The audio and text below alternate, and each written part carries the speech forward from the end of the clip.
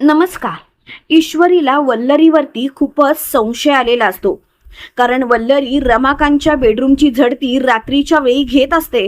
त्याच वेळेला ईश्वरीने तिला रंगेहात पकडलेलं असतं. त्यावेळेला वल्लरी मात्र खूपच घाबरलेली असते. इकडे सकाळी सकाळी सगळेजण ब्रेकफास्टसाठी बसलेले असतात. त्यावेळेला नम्रताने अर्णवची माफी तर मागितलेली असते, पण त्याच वेळेला मामा अर्णवला विचारतो, अर्णव अरे त्या सीसीटीव्ही फुटेजचं काय झालं? त्यावेळेला अर्णव बोलतो, सीसीटीव्ही फुटेज आज मिळणार आहेत. मग खरं सांगायचं तर बाबांच्या खुनामागचं सत्य सुद्धा सर्वांसमोर येईल. कुणी बाबांना मारलं हे सुद्धा येईल. त्याच वेळेला वल्लरी खूपच घाबरते. तिच्या हातात असलेला चमचा मात्र खाली पडतो. त्यावेळेला ईश्वरी स्वतःच्या हाताने वल्लरीला घास भरवते आणि वल्लरीला बोलते, वल्लरी मामी अहो काय झालं? कसला विचार करताय एवढा? वल्लरी मामी आत्ताच तोंड गोड करून घ्या, नंतर तोंड गोड करता येईल की नाही काय माहिती, कारण बाबांच्या खुनामागचं सत्य सर्वांसमोर येणार आहे. तेव्हा वल्लरी ईश्वरीवरती आवाज चढवते आणि ईश्वरीला बोलते, ईश्वरी काय चाललंय तुझं? तू मला का ह्या गोष्टी सांगतेस? आणि ईश्वरी प्लीज ह्या सर्व गोष्टी मला सांगायची गरज नाही. तेव्हा लगेच अंजली बोलते, मामी मामी अगं शांत हो, ती सहजच बोलले, तू एवढी हायपर का होतेस? तेव्हा वल्लरी तिथून तावातावाने निघून गेलेली असते. ते बघताच मामाच्या मनात मात्र संशयाची पाल चुकचुकते. मामाला काय करावं तेच कळत नसतं. त्याच वेळेला मामा स्वतःशीच बोलतो, वल्लरी एवढी का चिडली आहे? म्हणजे रमाकांत भाऊजींच्या जाण्यामागे वल्लरीचा हात आहे की काय? मला तर कळतच नाही, काय करावं या वल्लरीचं समजतच नाहीये. तेवढ्यात मात्र अर्णव ईश्वरीला बोलतो, मिस इंदोर माझं झालंय, आणि लगेच अर्णव तिथून निघून गेलेला असतो. ईश्वरी अर्णवच्या पाठीपाठी जाते. त्याच वेळेला अंजली सुद्धा त्याच्या पाठी जाते. त्यावेळेला ईश्वरी अर्णवला बोलते, अर्णव सर प्लीज माझ्यावरती विश्वास ठेवाल का? त्यावेळेला अर्णव बोलतो, काय झालं? कोणत्या गोष्टीवरती मी तुझा विश्वास ठेवायचा आहे? तू फक्त मला सांग. त्यावेळेला लगेच ईश्वरी बोलते, अर्णव सर मला असं का वाटतंय की कुठेतरी बाबांच्या मृत्यूमागे या वल्लरी मामींचा हात आहे. तेव्हा लगेच अंजली बोलते, काय? ईश्वरी अगं तू काय बोलतेस, कळतंय का तुला? त्यावेळेला ईश्वरी बोलते, प्लीज प्लीज अंजली ताई तुम्ही जरा शांत राहाल. अंजली ताई मी जे काही बोलते ना ते अगदी खरं आहे. अंजली ताई प्लीज तुम्ही अशा गोष्टींचा विचारच करू नका. त्यावेळेला मोठ्यानी अंजली बोलते, ईश्वरी अगं माझ्या सुद्धा मनात तेच आलं होतं, पण माझी बोलायची हिंमतच होत नव्हती. पण आता तू जे काही बोललीस ना त्यामुळे सगळ्या गोष्टी क्लिअर झाल्यात. त्यावेळेला अर्णव बोलतो, याचा अर्थ तुम्ही दोघीही मामीला दोषी ठरवताय? नाही मामी असं करूच शकत नाही. त्यावेळेला अंजली बोलते, चिंटू नको त्या गोष्टींवरती विश्वास ठेवू नकोस. खरं सांगू का तर मामीच कुठेतरी दोषी आहे असं मला वाटतंय. प्लीज चिंटू प्लीज स्वतःला शांत कर. तेव्हा मात्र अर्णव बोलतो, जर का तसं काही असेल तर मात्र मी मामीला सोडणार नाही. तर मात्र मी मामीला तिची लायकी दाखवणारच. तिने जे काही केलंय त्याची शिक्षा मात्र तिला मिळणारच. त्यावेळेला ईश्वरी खूपच चिडलेली असते. इकडे मामा वल्लरीच्या रूम मध्ये येतो आणि वल्लरीला बोलतो, वल्लरी खरं सांग, तू काही केलंयस का? तेव्हा वल्लरी बोलते, म्हणजे काय बोलताय तुम्ही माझ्यावरती संशय घेताय? त्यावेळेला मामा बोलतो, वल्लरी रमाकांत भाऊजींच्या खुनामागे जर का तुझा हात असेल तर मी तुला आत्ताच सांगतोय, तुझं थोबाड फोडत तुला फरफटत मी या घराबाहेर काढीन ना. मी तुला या वेळेला मात्र माफ करणार नाही वल्लरी. तेव्हा लगेच वल्लरी बोलते, बस झालं, तुम्ही माझ्यावरती नको ते आरोप करू नका आणि जे काही चालवलेत ना ते बंद करा. खरंच तुमच्या या गोष्टींचा मला त्रास व्हायला लागलाय. त्यावेळेला अर्णव, ईश्वरी आणि अंजली सुद्धा तिथे आलेले असतात. त्यावेळेला अर्णव वल्लरीला बोलतात, काय झालं मामी अगं एवढी का मोठमोठ्याने ओरडतेस? तेव्हा वल्लरी बोलते, काही नाही. त्यावेळेला ईश्वरी बोलते, मामी अहो तुम्हाला आजी खरी बोलवतायत म्हणून आम्ही जाता जाता सांगायला आलो, प्लीज जाताय का? त्यावेळेला वल्लरी बोलते, हो जाते ना, आणि लगेच वल्लरी तिथून निघून गेलेली असते. त्याच वेळेला अंजली अर्णवला बोलते, अर्णव अर्णव लवकरात लवकर आपल्याला या खोलीची झडती घ्यायला पाहिजे. त्यावेळेला लगेच मामा बोलतो, काय चाललंय तुमचं आणि तुम्ही आमच्या खोलीची झडती का घेताय? तेव्हा लगेच ईश्वरी बोलते, मामा प्लीज आमच्यावरती विश्वास ठेवा. मामा जे काही आहे ते तुमच्या समोर येणारच आहे. मामा प्लीज विश्वास ठेवाल का? त्यावेळेला लगेच मामा बोलतो, मला जो संशय आलाय तोच तुम्हाला आलाय ना? अरे मला सुद्धा वल्लरीवरतीच संशय आहे की रमाकांत भाऊजींच्या मृत्यूमागे या वल्लरीचाच हात असेल तर. तेव्हा मात्र मामा खूपच चिडलेला असतो. त्यावेळेला अर्णव बोलतो, मला का असं वाटतंय की हे सर्व खोटं ठरावं, कारण मामीला हे सर्व करण्यामागे काय गरज होती आणि मामीचा हा चेहरा मात्र मी नाही पाहू शकत. त्यावेळेला ईश्वरी बोलते, अर्णव सर स्वतःला शांत करा आणि प्लीज अर्णव सर असा स्वतःला त्रास करून घेऊ नका. आणि लगेच त्या खोलीची झडती घ्यायची सुरुवात होते. त्याच वेळेला अंजलीचं लक्ष वल्लरीच्या मोबाईलवरती जातं. त्यावेळेला अंजली बोलते, अर्णव मामीचा मोबाईल इथे आहे, म्हणजे मामी कोणाकोणाला फोन करते, काय काय करते हे आपल्याला सगळं कळेल ना. त्यावेळेला अर्णव बोलतो, ताई तू काय बोलतेस, कळतंय का तुला? ताई आपण जर का मामीचा मोबाईल चेक केला आणि तिला जर का हे कळलं आणि तिचा जर का या गोष्टींमध्ये हातच नसला तर मात्र सगळं संपलं, कळतंय का तुला? ताई अगं जरा तरी विचार कर. त्यावेळेला लगेच ईश्वरी बोलते, अर्णव सर अहो आपल्याला जर का या मुळाशी जायचंच असेल तर आपल्याला नीट शांतपणे विचार करून ह्या गोष्टी कराव्याच लागतील. अंजली ताई प्लीज तुम्ही जरा बाहेर थांबताय का? मामींवरती लक्ष ठेवा. मी मामींचा मोबाईल चेक करणार. आणि ईश्वरीने मोबाईल घेतलेला असतो पण मोबाईलला मात्र पासवर्ड असतो. त्यावेळेला मामा ईश्वरीला पासवर्ड सांगतात. तेव्हा मात्र ईश्वरी बोलते, मामा मला माहिती आहे तुम्हाला खूपच डिफिकल्ट जातंय, पण काय करू माझ्याकडे सुद्धा पर्याय नाही.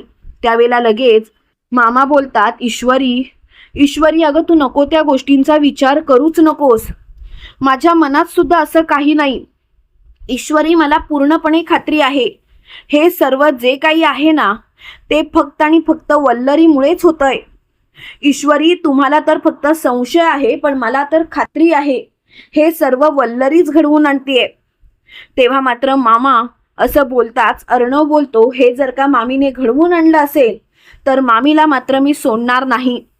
आणि लगेच ईश्वरीने मामींचा फोन चेक करायला घेतलेला असतो आणि त्याच फोनमध्ये पहिल्यांदा जे नाव दिसतं ते म्हणजे उदयकांत.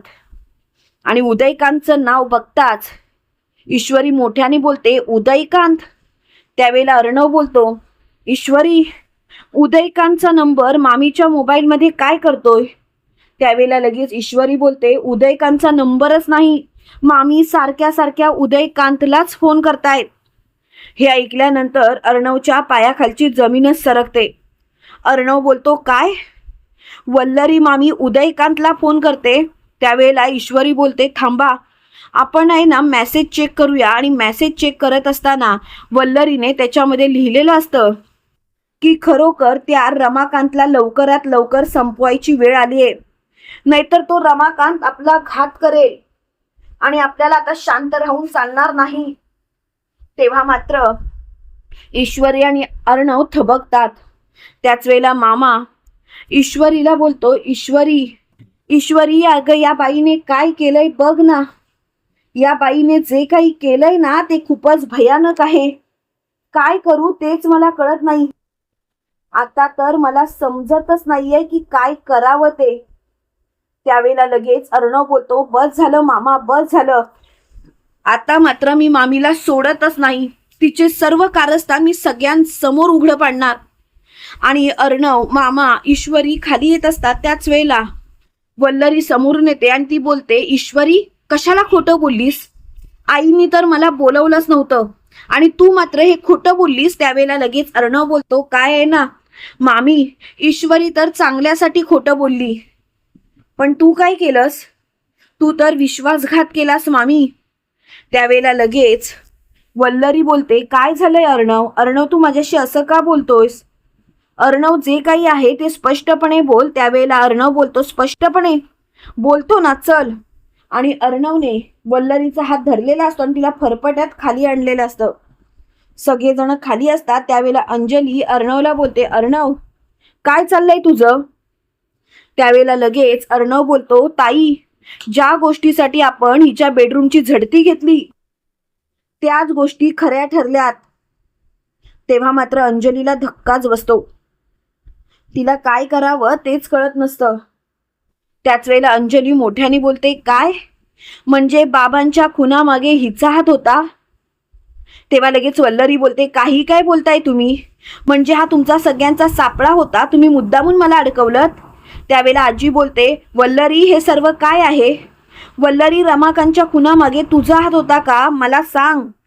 तेव्हा लगेच वल्लरी बोलते, प्लीज आई प्लीज, उगाच नको त्या गोष्टींवरती विश्वास ठेवू नका. आई प्लीज माझ्या बाजूने तर विचार करा. त्यावेळेला मोठ्यानी ईश्वरी बोलते, बस झालं मामी. अहो तुमच्या फोनमध्ये त्या उदयकांचे मेसेज आणि त्याचे फोन कॉल आम्ही बघितलेत, आम्ही सगळं काही ऐकलंय. त्यावेळेला वल्लरी ईश्वरीवरती हात उचलायला जाते. त्याच वेळेला अर्णव वल्लरीचा हात धरत बोलतो, थांबा मामी, पुन्हा मिस इंदोरवरती हात उचलायचा नाही. आणि जर का हात उचलण्याचा प्रयत्न जरी केलास ना तर तोच हात तोडेल आणि तुझ्या दुसऱ्या हातात देईल. तुझी हिंमतच कशी झाली माझ्या मिस इंदोरवरती हात उचलायची? त्यावेळेला लगेच मोठ्याने ईश्वरी बोलते, अर्णव सर जाऊ देत. अहो त्यांना जसं वागायचंय तसं त्यांना वागू देत. पण आता सत्य समोर आलंय आणि मामी तुम्हाला प्रश्नांची उत्तरं द्यावीच लागतील. त्यावेळेला आकाश बोलतो, एक मिनिट ईश्वरी, अगं मेसेज बघितले म्हणजे सगळं काही मम्मानीच केलं असं होतं का? त्यावेळेला लगेच मामा बोलतो, आकाश अरे तुझी मम्मा काय काय करू शकते ना हे मला विचार. अरे ती एवढ्या खालच्या थराला गेले ना तर मात्र तिला आता धडा शिकवलाच पाहिजे. त्यावेळेला लगेच वल्लरी बोलते, बघितलंस आकाश, बघितलंस, इथे माझाच नवरा माझ्या सोबत नाहीये तर बाकीच्यांचं काय घेऊन बसलास? आता तर सगळं काही संपल्यात जमा आहे. त्यावेळेला लगेच आकाश बोलतो, मम्मा 1 मिनिट. आणि ईश्वरीच्या हातातून तो मोबाईल घेतो आणि तो मोबाईल चेक करत असतो. तो मोबाईल चेक केल्यानंतर त्याला भयानक सत्य समोर दिसतं. आणि तेव्हा मात्र आकाश मोठ्याने बोलतो, मम्मा हे सर्व करायची काय गरज होती? का तू असं वागलीस? तुला असं वागून काय मिळालं मम्मा? बोल, मला उत्तर दे. तेव्हा मात्र वल्लरी खूपच चिडलेली असते आणि वल्लरी बोलते, बस झालं आता या विषयावर मला वाद घालायचा नाही आणि आता हा विषय इथल्या इथे बंद झाला तर बरं होईल. त्यावेळेला अर्णव बोलतो, विषय बंद? तू माझ्या वडिलांना मारलंस, माझ्या वडिलांचा खून केलास आणि तू म्हणतेस की विषय बंद करा म्हणून? अगं मी तर पोलिसांना बोलवलंय तुझी धिंड काढायला, तुला पोलिसांच्या ताब्यात द्यायला, आणि आता मात्र तू पोलिसांच्या ताब्यात जाणारच. तेव्हा वल्लरी बोलते, अर्णव अरे काय बोलतोयस तू? अरे तू असं बोलूच कसा काय शकतोस? त्यावेळेला अंजली वल्लरीचं थोबाड फोडत बोलते, लाज वाटतेय तुला मामी बोलायची? अगं तू माझ्या बाबांना तर मारलंसच पण माझ्या आईला स्वतःला फाशी लावून घेण्यासाठी प्रवृत्त केलंस आणि तुझ्यामुळे आम्ही पोरके झालो. त्यावेळेला लगेच मामा बोलतात, अंजली अर्णव खरं तर तुमचा गुन्हेगार मी आहे. मला हे सर्व माहिती असताना सुद्धा मी या बाईला साथ केली, कारण काही झालं तरी ही बाई मला ब्लॅकमेल करायची. तेव्हा मात्र ईश्वरी बोलते, मामा तुमचा काही यामध्ये दोषच नाही. वल्लरी मामी एवढ्या खालच्या थराला जाऊन का वागल्या? त्यावेळेला वल्लरी बोलते, वागले मी. मला त्या सात्विकाचा खूप राग यायचा, प्रत्येक वेळेला पुढे पुढे करायची. तिला असं वाटायचं की तिचा नवरा खूपच श्रीमंत आहे आणि प्रत्येक वेळेला ती मला कमी लेखायची. सगळ्या लोकांसमोर पार्टीमध्ये तिने माझं थोबाड फोडलं होतं आणि तेव्हाच मला तिचा राग आला होता. त्याच वेळेला ईश्वरी बोलते, अच्छा म्हणजे त्याच्यानंतर तुम्ही माझ्या आईच्या मार्फत हा सगळा प्लॅन रचलात, माझ्या आईला अडकवलं आणि त्याच वेळेला अर्णवच्या आईने स्वतःला मारून टाकलं, बरोबर ना? त्यावेळेला वल्लरी बोलते, हो हेच कारण आहे. त्याच वेळेला लगेच ईश्वरी बोलते, लाज नाही वाटत? अहो हे सर्व करायची गरज काय होती? त्यापेक्षा अर्णव सरांच्या आईशी शांतपणे बोलला असतात तर त्यांनी काहीतरी तोडगा काढला असता, पण तुम्हाला मात्र त्यांची प्रॉपर्टी पाहिजे होती. त्याच वेळेला लगेच आकाश बोलतो, मम्मा मम्मा तुला मला मॉम बोलायची सुद्धा लाज वाटते. का असं वागलीस तू? असं वागून तरी तुला काय मिळालं? बोल बोल, मला उत्तर दे, मला उत्तर पाहिजे. त्यावेळेला मात्र तिची खूपच चिडचिड झालेली. ती लगेच आकाशला बोलते, आकाश तू गप्प बस, उगाच नको त्या गोष्टींमध्ये बोलू नकोस, कारण काही काही गोष्टी तुला माहिती नाहीयेत आकाश. अरे मी हे सर्व जे काही केलंय ना ते सर्व तुझ्याच भल्यासाठी. तुला कळतंय का आकाश? अरे मला हे सर्व करून काय मिळणार होतं? फक्त आणि फक्त मला तुला सगळं मिळवून द्यायचं होतं. त्यावेळेला लगेच आकाश बोलतो, गप्प बस मम्मा, गप्प बस. हे सर्व जे काही आहे ना ते मला गरजच नव्हती. मला फक्त या घरात आनंदाने राहायचं होतं मम्मा, आणि तू जे काही केलंस ना त्यासाठी तर मी तुला कधीच माफ करणार नाही. का असं वागलीस तू? असं वागून तरी तुला काय मिळालं? बोल मम्मा बोल, मला उत्तर दे. त्यावेळेला लगेच वल्लरी बोलते, उत्तर? मग उत्तर देते ना, जरा शांत राहा. हे बघ आकाश, मी हे सर्व केलं ना म्हणून तू या घरात तरी नीट राहिलास, नाहीतर आपण रस्त्यावर राहिलो असतो, कारण तुझ्या बापाची तर लायकीच नव्हती आपल्याला सांभाळायची. तेव्हा अर्णव बोलतो, बस झालं मामी, अगं किती खालच्या थराला जाऊन बोलतेस. मामानी तुमच्यासाठी काय केलं नाही ग, आणि तू अशा पद्धतीने बोलतेस? त्यावेळेला लगेच वल्लरी बोलते, अर्णव गप्प बस. अरे तुझी ती आई आमचा अपमान करायची तेव्हा मात्र हा माणूस गप्प राहायचा, काही एक बोलायचा नाही, आणि म्हणूनच हे सर्व झालं. आता जर का तू शांत नाही ना बसलास तर बघ, प्लीज हे सर्व थांबव, नाहीतर नको ते घडेल. तेव्हा मात्र त्याची खूपच चिडचिड होते आणि त्याला खूप राग आलेला असतो. त्याच वेळेला ईश्वरी बोलते, अर्णव सर, या बाईला पोलिसांच्या ताब्यात दिलंच पाहिजे. अर्णव सर, आपण जर का या बाईला पोलिसांच्या ताब्यात दिलं नाही तर मात्र सगळं काही संपल्यात जमा आहे. Arnav sir please.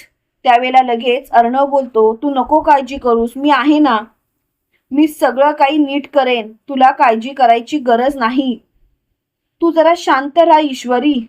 त्यावेळेला ईश्वरी बोलते, नाही मी आता शांत नाही राहणार, हिला धडा शिकवणारच. तुम्हाला काय वाटतं मित्रांनो, खरोखर वल्लरी कायमची गजाआड जाईल? कमेंट करून नक्की कळवा, आणि असेच मालिकेंचे नवनवीन अपडेट पाहण्यासाठी व्हिडिओला लाईक आणि चॅनलला सबस्क्राईब करायला विसरू नका. थँक्यू.